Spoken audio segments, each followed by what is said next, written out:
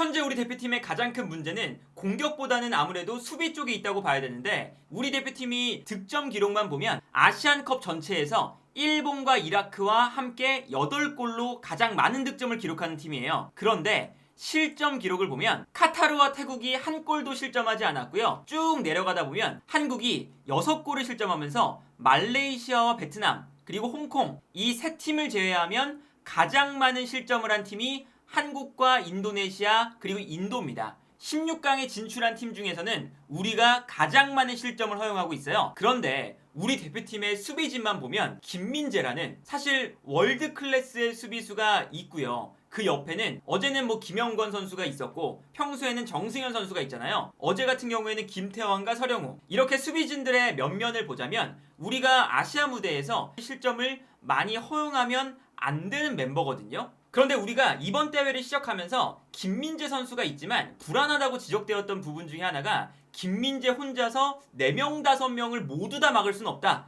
김민재 혼자서 수비를 하다 보면 분명히 문제가 생긴다 라는 지적을 늘상 받아왔어요. 그리고 왜 그런 이야기가 나왔었냐면 우리의 수비적인 밸런스가 수비수에게, 특히나 김민재의 개인 기량에 상당 부분 의존하고 있는 축구였거든요. 어떤 거였냐면 우리가 공격을 할 때 사실 너무나 많은 선수들이 공격 쪽으로만 올라가 있을 때가 많죠. 그러니까 흔히 밸런스가 무너진다고 이야기가 되는 건데, 어제 경기를 기준으로 이재성 선수도 올라가고요. 황인범 선수가 수비라인 앞에 있고 김태환 선수도 올라갑니다. 서령우 선수도 오버래핑을 하죠. 근데 여기서 황인범 선수도 공격을 할 때는 어느 정도 올라가기 때문에 사실상 수비라인 앞을 보호하는 선수가 부족해지는 상태예요. 그런데 우리가 말레이시아를 상대로 경기를 하다 보니까 수비라인이 매우 높기 때문에 하프라인 넘어서까지 수비수들이 올라가 있는 걸 볼 수가 있죠. 수비라인이 높은 것은 그렇게까지 문제라고 볼 수가 없어요. 수비라인이 높다고 하더라도 실점을 안 할 수가 있거든요. 어떤 거냐면 앞쪽에서 압박이 확실하게 이루어지면 되죠. 그런데 우리가 전방에서 볼을 잃었을 때 상대팀 공격수가 볼을 끌고 올라오는 상황에서 상대팀 입장에서는 한국이 역습을 하기 매우 용이한, 그리고 우리가 라인을 올렸을 때 뒷공간을 향해서 패스를 보내주기가 매우 쉬운 정도의 수비를 하고 있어요. 무엇보다 우리의 미드필더 라인에 선수가 부족하기 때문에 상대가 공격으로 올라올 때 미드필더 라인에서 아무런 견제가 이루어지지 않으면서 상대가 편안하게 볼을 끌고 올라올 때가 많거든요.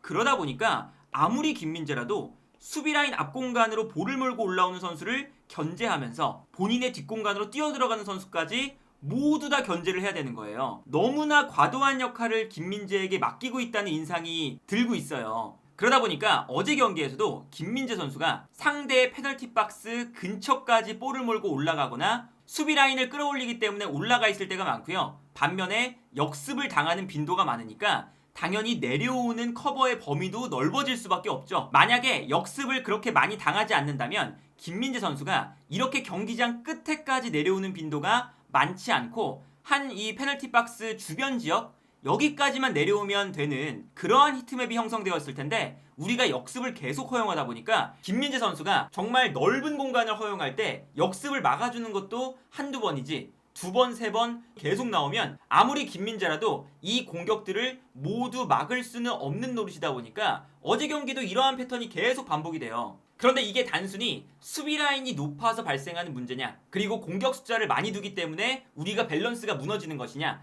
절대 그렇지 않습니다. 예를 들면 현재 프리미어리그에서 가장 공격력이 강한 팀 중에 하나가 손흥민 선수가 있는 토트넘이죠. 그런데 토트넘은 어떠한 방식으로 공격을 하냐면 공격 숫자를 늘리고 수비 라인을 높게 끌어올리는 것은 토트넘이나 한국이나 똑같아요. 그런데 토트넘 같은 경우에는 공격을 할 때 어느 정도의 안정장치는 만들어 놓고 공격을 합니다. 예를 들면 좌우 풀백이 안쪽으로 들어오면서 중앙 미드필더 라인에 일단 선수 숫자를 많이 확보해놔요. 상대팀 공격수가 볼을 끌고 올라올 때 중앙 지역에서 방해를 해줄 수 있는 선수가 기본적으로 많이 형성이 되어 있죠. 그리고 여기에 더해서 공격 숫자를 늘릴 때도 포로 같은 선수가 올라갈 때는 뒤에 있는 사르 같은 선수가 이 공간을 커버해주고 있고요. 우도기가 올라갈 때는 메디슨이 약간 커버를 해주고, 메디슨이 올라갈 때는 우도기가 뒷공간을 커버해주는 형태가 나오고 있죠. 그리고 만약에 왼쪽 지역에서 우도기와 메디슨이 모두 공격에 가담한다. 그러면 자연스럽게 오른쪽에 있는 선수가 약간 내려와서 자연스럽게 미드필더 라인에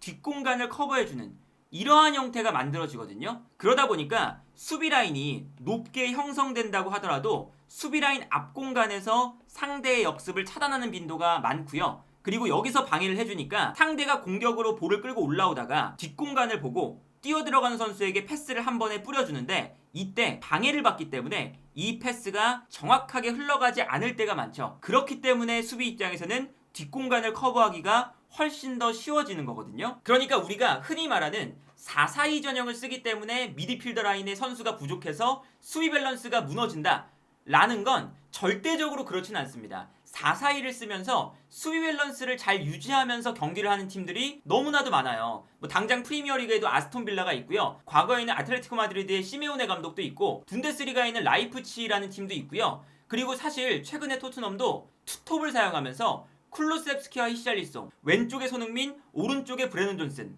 4-4-2를 쓰면서 수비적인 밸런스를 잘 맞춰줄 수 있는 보완책들을 같이 쓰니까 4-4-2를 쓰지만 밸런스가 유지가 되는 거거든요. 그런데 우리 대표팀을 보면 정말 말 그대로 4-4-2 전형을 쓰면서 그냥 공격 숫자만 늘려놓는 형태밖에 안 돼요. 전술적인 고민이 부족하거든요. 조규성과 손흥민 전방으로 올라갑니다. 이강인과 이재성 공격적으로 올라가요. 그리고 황인범까지 이강인을 도와주기 위해 올라가고요. 김태환도 오버래핑, 왼쪽에 있는 서령우나 이기재도 오버래핑, 앞쪽에서 박용우 선수 혼자만 수비라인 앞 공간을 커버하고 있고요. 전방 압박도 잘 이루어지지 않죠. 전방 압박이 잘 이루어지지 않으니까 앞쪽에서 공격을 하다가 끊겨버리면 자연스럽게 박용우가 혼자서 이 중원 라인을 모두 커버해야 되고, 그러다 보니까 정승현이나 김민재도 올라와서 수비를 해줘야 되는데 동시에 뒷공간도 넓게 열리니까 뒷공간까지 커버를 해줘야 돼요. 그러니까 김민재 선수의 이 활동 반경이 상대방 페널티 박스 근처부터 우리의 페널티 박스 깊숙한 지역까지 이 모든 공간을 김민재가 커버를 해야 되는 아주 안 좋은 상황이 발생을 하는 거거든요. 그런데 이러한 문제가 우리가 단순히 말레이시아전만 그랬냐, 아니면 요르단전만 그랬냐, 아니면 바레인전만 그랬냐, 그리고 그 전에 있었던 평가전들, 클린스만 감독이 부임하고 나서 4-4-2를 쓰면서 했던 경기들에는 모두 다 이런 단점들이 발생을 했었습니다. 이 장면이 우리가 11월에 있었던 싱가포르와의 아시아 월드컵 예선이거든요. 우리가 아시안컵에서 보는 장면이 똑같이 나옵니다. 측면 지역에서 싱가포르의 선수가 볼을 잡고 있는데 우리가 중원 라인에 선수가 다소 부족해요. 수비 라인이 아무래도 공격수들이 앞쪽으로 뛰어가니까 김민재 선수가 살짝 뒤로 물러날 수밖에 없죠. 뒷공간으로 뛰어들어가고 있으니까. 전체적인 수비 라인이 뒤로 물러나고 있는데 미드필더 라인의 선수가 부족하고 따라 내려오는 속도가 부족하다 보니까 이 앞공간이 너무나 넓게 열립니다. 그래서 싱가포르가 측면 지역에서 공격을 하다가 안쪽에 공간이 열리니까 안쪽으로 패스를 보내주고요. 이 안쪽 공간을 활용해서 편안하게 공격을 전개하고 있는 장면이 나오거든요. 이런 장면이 이번 아시안컵에 똑같이 나와요. 공격수들이 엄청나게 많은데 우리의 수비 라인과 공격 라인 사이 이 간격이 너무나 멀기 때문에 일단 앞쪽에서 압박이 안 됐다는 게 문제고, 앞쪽에서 압박을 실패했는데 수비 라인까지 거리가 멀다 보니까 미드필더 라인의 선수도 없고요. 이 중원 공간을 편안하게 공격을 하면서 싱가포르가 올라오고 있는 장면을 볼 수가 있거든요. 우리가 아시안컵에 이런 장면이 너무 많죠. 아까랑 똑같습니다. 측면 지역에서 공격을 전개하고 있는데 이때 우리의 미드필더 2명 중에 1명이 측면으로 끌려 나와요. 선수가 부족하니까 2명이서 이 모든 공간을 커버를 하고 있는 상태죠. 선수 1명이 끌려 나오니까 중앙 지역에는 우리의 미드필더가 단 1명밖에 없습니다. 그러니까 너무나 편안하게 상대팀 입장에서는 중앙 지역으로 패스를 보내주면서 공격을 시작하고요. 안쪽으로 패스가 들어가는 순간 미드필더 1명이 수비 라인 앞 공간을 혼자서 커버를 하고 있고, 상대팀 입장에서는 역습을 하기가 너무나도 쉬워지는 거죠. 계속 반복이 되는 거예요. 이 장면도 보시면 이건 요르단전입니다. 요르단이 측면 지역에서 볼을 끌고 올라오고 있고 우리의 선수들은 앞쪽에 많이 배치되어 있기 때문에 우리가 기본적으로 앞쪽에 무게중심이 쏠려 있는 상태입니다. 그런데 공격수들이 앞에 있는 것에 반해서 미드필더 라인에 선수가 너무 할 정도로 없다는 걸 볼 수가 있죠. 그리고 심지어 수비 라인은 여기서 보이지도 않고 사실은 뒤로 내려가 있어요. 그러다 보니까 우리가 미드필더 숫자도 부족하고 간격 유지도 안 돼서 이 공간을 그냥 그대로 내줍니다. 그래서 상대팀이 그냥 중앙 지역으로 편안하게 패스를 보내주면서 이 안쪽 공간을 활용해서 공격을 전개를 하잖아요. 그런데 이렇게 상대팀이 공격을 전개할 때 우리의 미드필더 라인의 위치를 보면 황인범 선수는 공격에 가담했기 때문에 내려오는 속도가 늦고 박용우 선수는 측면 지역으로 커버를 나갔기 때문에 측면 지역으로 빠져 있어요. 그러다 보니까 미드필더의 선수가 없어서 정승현 선수가 빨리 올라와 보지만 상대 공격수를 미처 압박을 제대로 못한 상황입니다. 김민재 입장에서는 어떤 현상이 펼쳐지냐면 상대가 편안하게 볼을 끌고 올라올 때 볼을 끌고 올라오는 선수도 봐야 되고 오른쪽 측면에서 서령우 선수가 올라가 있기 때문에 오른쪽 측면에서 침투하는 다른 선수도 김민재가 신경을 쓰고 있는 상황이고요. 그리고 여기에 대해서 김민재의 뒷공간으로 뛰어들어가는 선수도 있어요. 그래서 김민재가 뒷공간으로 뛰어들어가는 선수도 신경을 쓰고 있는 상황입니다. 물론 여기서는 이제 이기재 선수가 뛰어들어가는 선수를 함께 따라 들어가고 있지만 아무리 김민재라도 이 모든 선수를 다 커버를 할 수는 없죠. 뒷공간으로 뛰어들어가는 선수에게 패스가 들어가는 순간 너무나 편안하게 상대팀이 뒷공간을 허물고 침투에 성공하는 걸 볼 수가 있어요. 마지막으로 이 장면을 보면 측면 지역에서 요르단전인데 요르단의 공격수가 공격을 전개하고 있어요. 그런데 우리의 미드필더 황인범 선수가 측면으로 끌려 나와서 수비를 하고 있습니다. 그리고 요르단이 황인범이 끌려 나오니까 이 안쪽으로 패스를 보내주면서 안쪽에 있는 선수가 볼을 끌고 가요. 황인범 선수도 측면으로 끌려 나와 있는 상태에서 박용우 선수까지 측면으로 끌려 나오죠. 그런데 앞쪽에 있는 우리의 공격진들을 공격에 가담하고 있다 보니까 미드필더 숫자가 2명 끌려 나가는 순간 우리의 미드필더 라인에 그냥 큰 공백이 생깁니다. 그래서 요르단이 이 안쪽으로 편안하게 패스를 보내주면 그냥 거의 뭐 프리패스처럼 볼을 끌고 올라갈 때 우리의 수비 라인 앞에 아무도 없는 상황이 만들어지는 거죠. 그러니까 지금까지 몇 장면을 보여드렸는데 뭐 싱가포르전부터 우리가 아시안컵에서의 장면들까지 여러 장면들이 정말 데칼코마니처럼 똑같은 장면입니다. 미드필더의 선수가 부족해서 한 명이 끌려나가면 한 명의 선수가 혼자 넓은 공간을 커버하고 있다거나 두 명이 다 커버를 위해서 떠나가면 미드필더 라인에 선수가 없어서 그냥 역습을 허용할 때 편안하게 역습을 허용한다거나 김민재든 정승현이든 김영권이든 수비라인 앞공간까지 신경 쓰면서 뒷공간도 신경을 써야 되고 그러다 보니까 아무리 김민재가 있는 우리의 수비라인일지라도 아시안컵에서 16강 진출국 중에 최다 실점 그리고 아시안컵에 진출한 팀들 중에 24팀 중에 뒤에서 4등이에요. 우리보다 실점을 더한 팀이 딱 3팀밖에 없습니다. 이거는 정말 우리 대표팀의 스쿼드와 아시아 내에서의 체급을 생각했을 때 너무나도 말도 안 되는 일이다. 감독의 플랜이라던가 우리의 전술적인 체계에 문제가 있다는 걸 심각하게 고민을 해야 되는데 지금 클린스만 감독은 반복되는 문제가 있음에도 불구하고 계속 반복되는 모습을 보여주고 있거든요. 16강부터는 우리가 당연히 더 강한 팀들을 만나게 될 텐데 정말 전술적으로 특히나 수비적인 측면에서 대대적인 변화가 없다면 우리가 또다시 토너먼트에 올라갔을 때 실점을 하리라는 것은 불보듯 뻔한 결과다라고 할 수가 있겠고 그러다 보니까 우리 대표팀이 수비적인 측면에서 조직적인 문제가 계속 발생한다고 느껴지는 부분들이 특히나 우리 김민재 선수가 바이에른 뮌헨뿐만 아니라 나폴리에서도 정말 극찬을 받는 부분 중에 하나가 볼을 클리어링 했을 때 그 클리어링 한 볼이 우리 팀한테 간다. 그래서 볼 소유권을 볼을 끊어냄과 동시에 우리가 소유할 수 있게끔 만들어준다 라는 거잖아요. 그런데 우리 대표팀에만 오면 김민재가 걷어낸 볼이 우리 선수들한테 가는 게 아니라 상대 선수들한테 가요. 이거는 어떤 문제가 있냐면 우리가 간격 유지가 안 되고 너무나 간격이 멀다 보니까 세컨볼 찬스에 정말 취약합니다. 이것도 사실은 간격 문제는 조직력이거든요. 근데 조직력이 제대로 갖춰져 있지 않은 모습이 나와요. 말레이시아가 공격을 전개하고 있어요. 우리가 코너킥 상황이었기 때문에 공격 숫자가 엄청나게 많죠. 그리고 말레이시아가 공격을 전개하는 순간 김민재를 비롯한 수비 선수들이 붙어주면서 말레이시아의 역습을 1차적으로 저지합니다.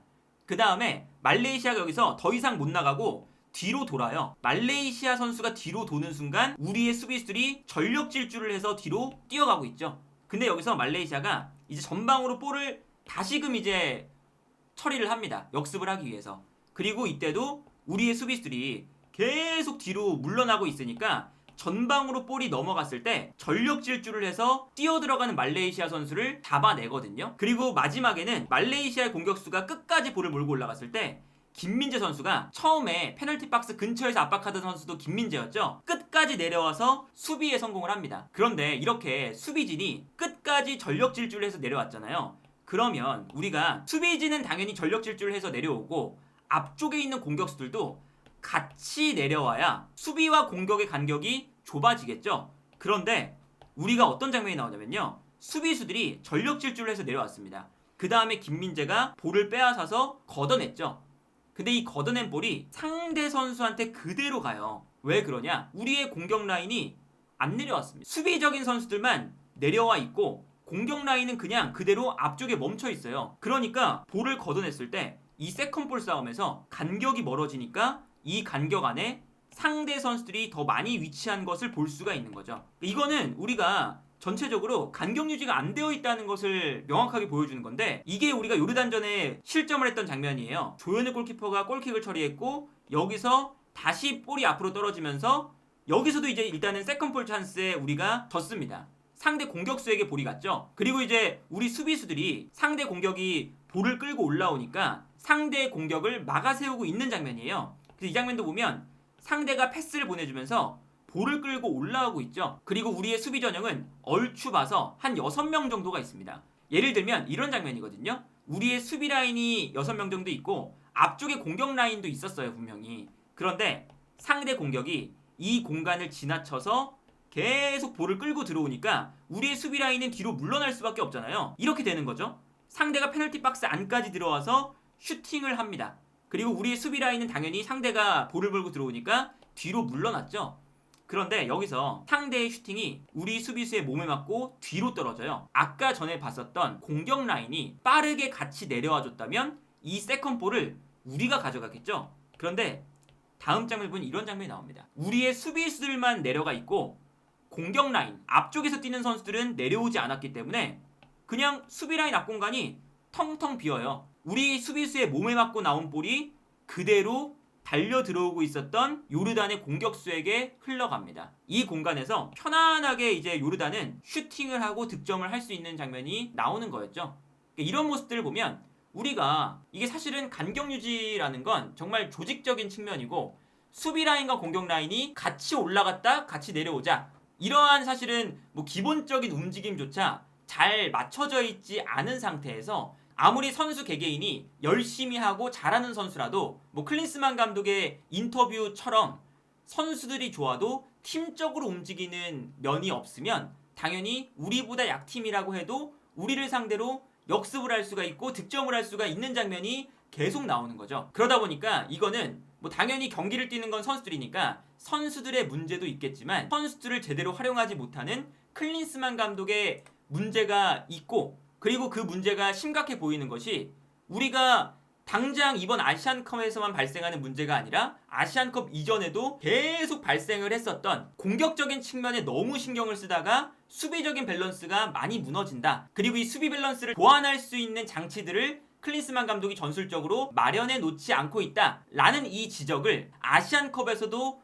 동일하게 받고 있고 문제가 동일하게 반복해서 계속 나오면서 실점을 계속하고 있다라는 건 이 클린스만 감독의 전술적인 지도력에 매우 큰 의구심을 품을 수밖에 없는, 뭐 클린스만뿐만 아니라 주변의 코칭 스태프들이나 여러 이 코치진에 분명한 문제가 존재한다. 아무리 김민재가 있다고 하더라도 현재 아시안컵에서 4번째로 실점이 가장 많은 팀, 16강 진출국 중에서 가장 많은 실점을 한 팀이라는 게 절대 우연이 아니라고 볼 수가 있지 않을까 싶네요.